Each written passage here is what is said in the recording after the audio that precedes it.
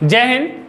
आज के इस वीडियो में हम आपके सामने प्रेजेंट हुए हैं डेटा एंट्री वर्क कैसे करें एमएस एक्सेल में, ये हम बताने जा रहे हैं। जैसा कि आप हमारे बोर्ड पे देख पा रहे होंगे, डेटा एंट्री वर्क क्या होता है, डेटा एंट्री वर्क कैसे करें। सबसे पहले ये समझ लेते हैं कि डाटा एंट्री वर्क कैसे होता है। जैसे हमारे सामने ये कुछ हमारे कंप्यूटर इंस्टीट्यूट के बच्चों का डेटा है जो कि आप देख पा रहे होंगे। ये डेटा कुछ रखे हुए हैं हम, और वैसे ही हमारे पास ये भी एक दूसरे कॉपी में डेटा है। इस डेटा को हम कैसे डिजिटल वे में लेकर के जा सकते हैं। तो ये देख पा रहे हैं इतने सारे डेटाज हैं, और इन डेटा को हम अपने कंप्यूटर में कैसे अपलोड करेंगे। सबसे पहले डेटा एंट्री वर्क होता है क्या है, ये हम आपको बता देते हैं। कोई भी हार्ड कॉपी में जो भी डेटा आपके पास रखा हुआ है, उसे जब हम कंप्यूटर में एंटर करते हैं, जिसे बाद में एडिट किया जा सके, तो वो डेटा एंट्री कहलाता है। डेटा एंट्री वर्क कैसे करें, इसके लिए आप प्रॉपर एमएस ऑफिस का एक सॉफ्टवेयर होता है जिस पे आप डेटा एंट्री कर सकते हैं। जैसा कि आप सभी को पता होगा, दैनिक जीवन में अभी जॉब की बहुत मारामारी है, लेकिन डेटा एंट्री एक ऐसा क्षेत्र है जिसमें आप कार्य करके हजारों लाखों रुपए कमा सकते हैं आसानी से। और डेटा एंट्री से संबंधित कार्य आप बहुत बड़ी बड़ी कंपनियां ऑनलाइन और ऑफलाइन दोनों तरीके से देती हैं। आप उसका कार्य करके डेटा एंट्री से संबंधित कार्य कर सकते हैं। और तब ये ज़्यादा इंपॉर्टेंट हो जाता है कि डेटा एंट्री का काम एक डेटा ऑपरेटर आपको बताए, तो ज़्यादा बेहतर तरीके से आप कर सकते हैं। तो हम चलिए आपको अपने डेस्कटॉप पे लेकर के चलते हैं और बताते हैं कि डेटा एंट्री से संबंधित कार्य एमएस एक्सेल में कैसे करें। डेटा एंट्री इस समय बहुत ही इंपॉर्टेंट है, तब जबकि डेटा पे ही पूरा कार्य जो होता है, या तो डिपार्टमेंटल जो भी वर्क होता है, हमारे दैनिक जीवन का जो भी कार्य होता है, अगर हम डेटा एंट्री वर्क ज़्यादा बढ़िया से जानते होंगे, तो हम ज़्यादा बढ़िया तरीके से अपने ऑफिस का कार्य, अपने घर का कार्य अच्छे से उसको मेंटेन करके लिख सकते हैं। तो चलिए आपको लेकर के चलते हैं अपने डेस्कटॉप पे और दिखाते हैं कि डेटा एंट्री से संबंधित कार्य एमएस एक्सेल में कैसे करें। तो आप आ चुके हैं हमारे डेस्कटॉप पे, और अब हम बताने वाले हैं आपको डेटा एंट्री वर्क कैसे करें। तो सबसे पहला जो काम करना है वो आपको विंडो और प्रेस कर लीजिए और एक्सेल टाइप कर लीजिए। इसके बाद एंटर कीजिए। ये एक्सेल का इंटरफेस आपके सामने खुल गया है। अब यहाँ पर हम टाइप कर लेते हैं सीरियल नंबर, उसके बाद है नेम, उसके बाद है डेट ऑफ बर्थ, उसके बाद हम टाइप करेंगे मोबाइल नंबर, फिर एडमिशन डेट, उसके बाद हम लिखेंगे आपको नेम हो गया, सीरियल नंबर, नेम, उसके बाद हम कर देते हैं यहाँ पर फादर नेम, फादर्स नेम, उसके बाद हम यहाँ पर कर देते हैं date of birth, mobile number, admission date, village. Okay, इस तरीके से आप देख पा रहे होंगे serial number, name, father name, date of birth, mobile number, admission date, village. और फिर हम यहाँ पे इसको सिलेक्ट कर लेंगे। सिलेक्ट करने के बाद हम एमएस एक्सेल के होम में यहाँ पे देख लीजिए ऑल बॉर्डर कर देंगे, और फिर इसके बाद हम इस एरिया को हम पकड़ते हैं और यहाँ पर हम मर्ज एंड सेंटर कर देते हैं, और हम यहाँ पर टाइप कर लेते हैं स्टूडेंट्स इंफॉर्मेशन। इस चीज को, ये जो एरिया है, जगह है, स्पेस है, इसको हम यहाँ से बड़ा कर लेंगे, और फिर हम इसे बीच में यहाँ से कर लेंगे, फिर इसे हम बड़ा कर लेते हैं, और इसे हम कलर कर देते हैं। इसका जो बैकग्राउंड कलर है, हम यहाँ से थीम कलर में कलर कर देते हैं। इसके बाद हम यहाँ पर देख पा रहे होंगे आप कि हम सीरियल नंबर वगैरह ले लिए हैं। अब ये चीज हमें अगर एंट्री करनी है एडवांस तरीके से, तो हम ऐसा क्या करें कि हम इसमें एडवांस तरीके से कर सके।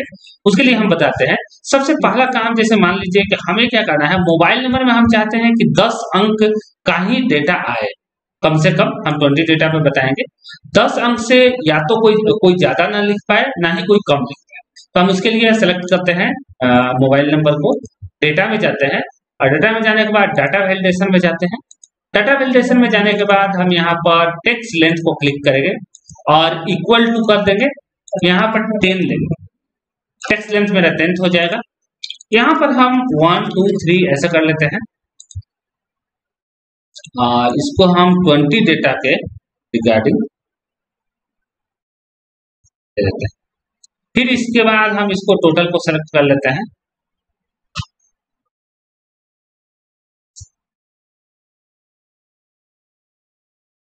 और इसके बाद हम होम में जाते हैं, सेंटर में कर लेते हैं और ऑल बॉर्डर। अब यहाँ पर जो है नेम है, हम अपने स्टूडेंट्स का नेम लिख लेते हैं, पीयूष कुमार,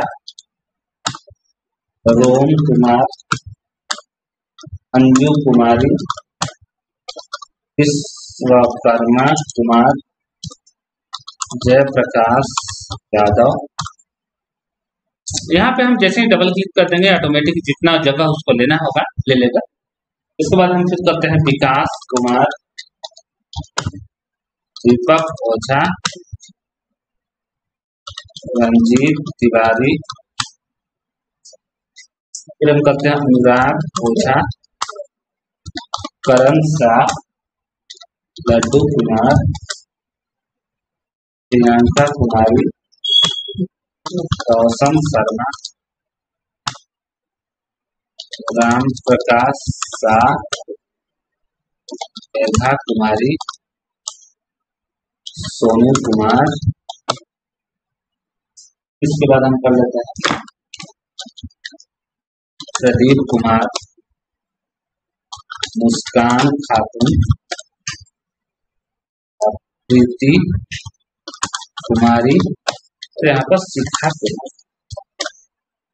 अब आप यहाँ पर देख पा रहे होंगे फादर्स नेम यहाँ पर लिखा है, तो फादर नेम लिखना है, क्या करेंगे ध्रुव कुमार ओझा। यहाँ पर डबल क्लिक हम कर देंगे, ऑटोमेटिकली जितना जगह उसको लेना होगा ले लेगा। फिर हम करते हैं मुन्ना प्रसाद,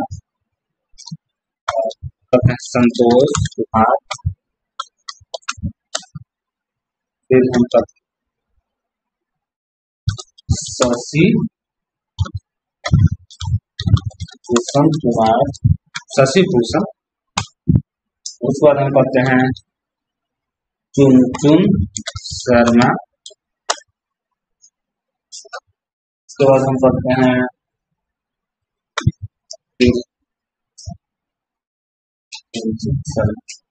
उसके बाद हम करते हैं वीरेंद्र सिंह, हम करते हैं वाल्मीकि ओझा, हम करते हैं शिवजी तिवारी। उसके बाद फिर हम टाइप कर लेते हैं ध्रुव कुमार ओझा और इसके बाद हम करते हैं फिर से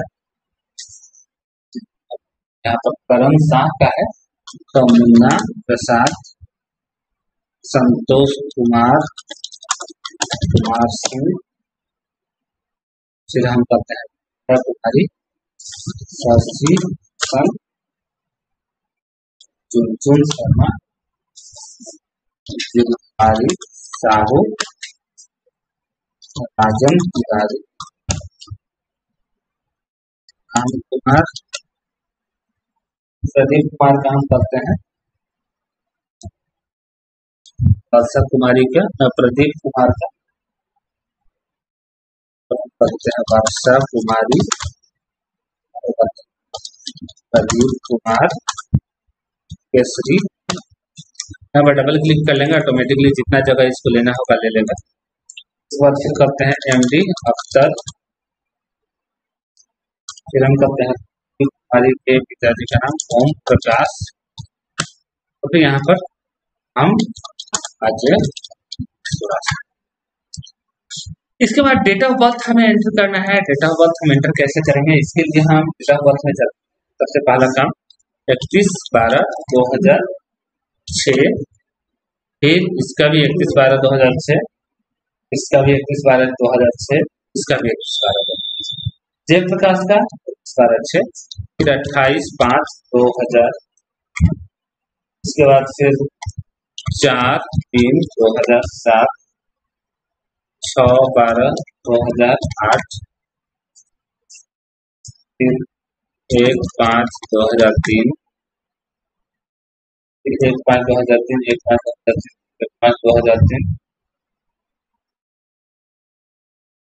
रोशन शर्मा 5/8/2003, 5/9/2001, 7/8/2006, 8/8/2005, 19/6/2005, 15/6/2001 और 26/8/2009। इसके बाद फिर यहाँ पर जाते हैं 25/12/1995। यहाँ पर ये 18/12/1995। मोबाइल नंबर में हम जाते हैं, मोबाइल नंबर वाले को भी स्पेस यहाँ पर दे देंगे यहाँ पर, और फिर स्पेस में इसके बाद हम लिखेंगे यहाँ पे स्पेस में देख लीजिएगा हम यहाँ पर 88/0/92/62/744 ऐसे ही हम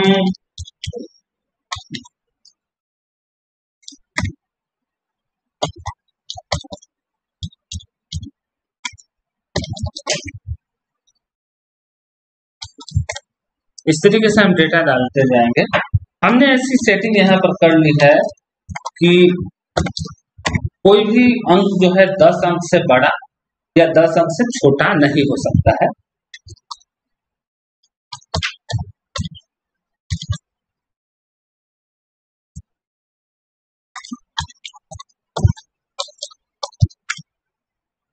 देख पा रहे होंगे आसानी से।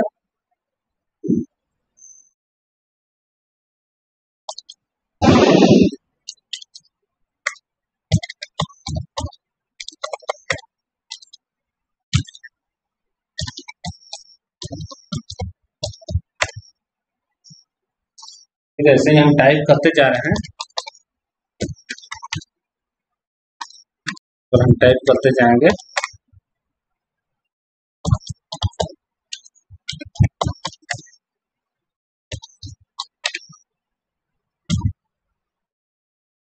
देख पा रहे होंगे जैसे ही हमने कुछ अंक कम डाला यहाँ पर शो अप कर रहा है।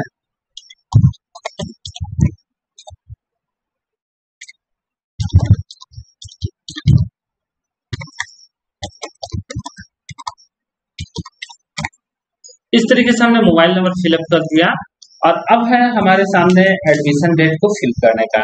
एडमिशन डेट हम फिल कर देते हैं।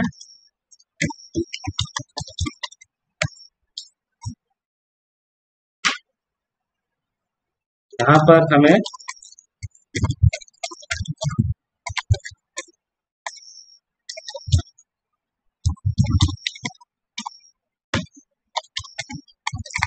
और ये चीज हम सब पे अप्लाई करना चाहते हैं तो यहाँ पर डबल क्लिक कर सब पे अप्लाई हो। विलेज, यहाँ पर हम विलेज टाइप कर लेते हैं। ऊपर वाला जस्ट नीचे लाना है तो हमें कंट्रोल डी प्रेस करना होगा।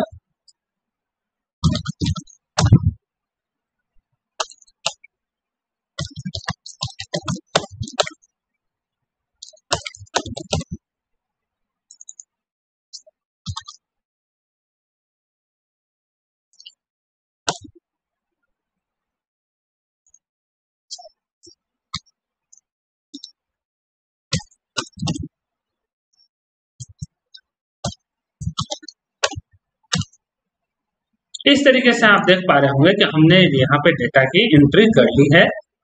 ये जो डेटा है हमारा ऐसे व्यू में था, serial number, name, father's name, date of birth, mobile number, admission date और फी। हम इसको टोटल डेटा को सेलेक्ट कर लेंगे और यहाँ पर हम इसे थोड़ा सा बोल्ड कर। अब इनकेस मान लीजिए आपके सामने ऐसी परिस्थिति उत्पन्न होती है, आपसे ये पूछा जाता है कि अच्छा ये आप बताइए कि आपके यहाँ ओझापराव के या चौंगाई के कितने स्टूडेंट हैं, तो आप ऐसे सेलेक्ट कीजिएगा और डेटा में जाइएगा और फिल्टर लगा दीजिएगा। अब आपको क्या करना है, जैसे यहाँ पर विलेज पूछ रहा है, आपको सबको डी सेलेक्ट कर दीजिएगा। अगर आपसे पूछा जा रहा है कि चौंगाई के कितने स्टूडेंट हैं, जैसे आप क्लिक करते हैं तो सिर्फ चौंगाई के लड़के का ही डिटेल आ रहा है। मैंने ये सब लोगों का मोबाइल नंबर गलत डाला है, इसलिए ये जो मोबाइल नंबर है 10 अंक का तो है ही, लेकिन ये सारा मोबाइल नंबर जो है वो इंफॉर्मेशन किसी का व्यक्तिगत जानकारी लीक ना हो, इसके लिए हमने सबका नंबर गलत डाला है। डेट ऑफ बर्थ भी हमने सैंपल के तौर पे लिए हैं और बाकी सब नेम वगैरह एज इट इज है। तो इस तरीके से हम डेटा का यहाँ पर कार्य कर सकते हैं, फिल्टर लगा सकते हैं। अच्छा, ये जो डेटा है, इस डेटा में हम अगर कोई भी चीज और ऐड करना चाहें, जैसे मान लीजिए कि हमने यहाँ पर name, serial number, name, father's name, date of birth, mobile number, admission date add कर दिया है। अब अगर हम उसका रैंक ऐड करना चाहते हैं तो ऑटोमेटिकली हमें इसको सेलेक्ट करना है, होम में जाना है, मर्ज एंड सेंटर पे क्लिक करके एक बार फिर से इस पे क्लिक कर देना है। अब यहाँ पर हम रैंक डालते हैं और रैंक वहां पर 2, 3 हम इसको सेलेक्ट कर लेते हैं और यहाँ से इसको हम जनरल कर देते हैं 2, 3, 2, 3। हम ये टोटल सेलेक्ट कर लेंगे इसके इफेक्ट को हटाने के लिए और इसके बाद हम यहाँ पर जा करके हम जनरल कर देंगे।